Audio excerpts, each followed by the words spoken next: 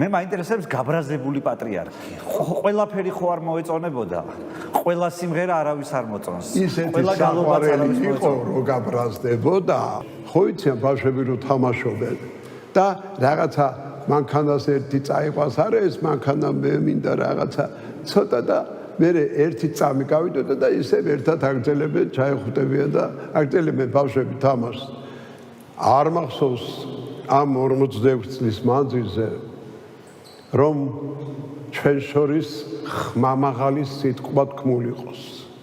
თუ რაიმე საკამათო დაიბადებოდა, აი ეს ოსტატობა ქონდა რა.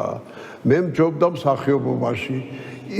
დაამთავრებდა დიალოგს. რაღაცა ესე ვისხედით და ამ საკითხს თეატრი როგორ გავაკეთოთ, სადაც წავიდეთ, როგორ წამოვიდეთ, რაღაცა სულ საუბრობდით, შევთანხმდებოდით და თანხები მემებარა ეკლესიის, მისი პასპორტი, მისი кейსი, მიტრა ეს ძვირფასი, რომელზეც ეხლა საუბარია რაღაც, როცა გადავაადგილდებოდით, მე ვიყავი პასუხისმგებელი ყველაფერზე.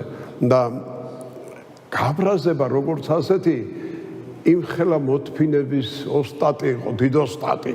ოსტატი არა, ოსტატი შეიძლება ზოგჯერ მეც ვიყავი, მაგრამ ის იყო ჩემზე აღმატებული ოსტატი.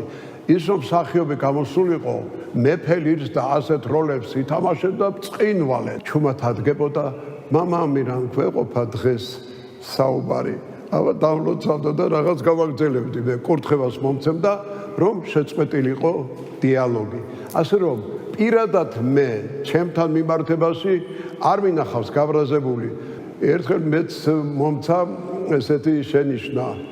ბათუმში რომ ჩავედი რაღაც პატარა კონფლიქტივით იყო და ჩამოვედი უწმინდესთან და ბორჯომში იყო წაბრძანებული.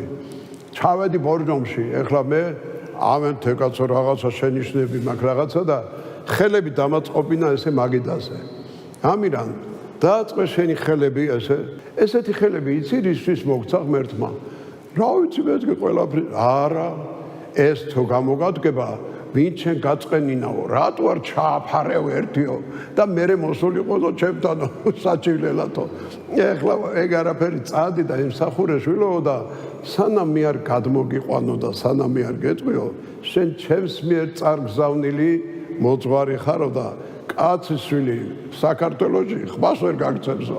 აუ გახარებული, გავფრინდი, მოკლედ სახში აღარ შესულა და ჩავედი ბათუმში. ასე რომ ჩვეულებრივი ადამიანი იყო. ზოგჯერ არაჩვეულებრივიც.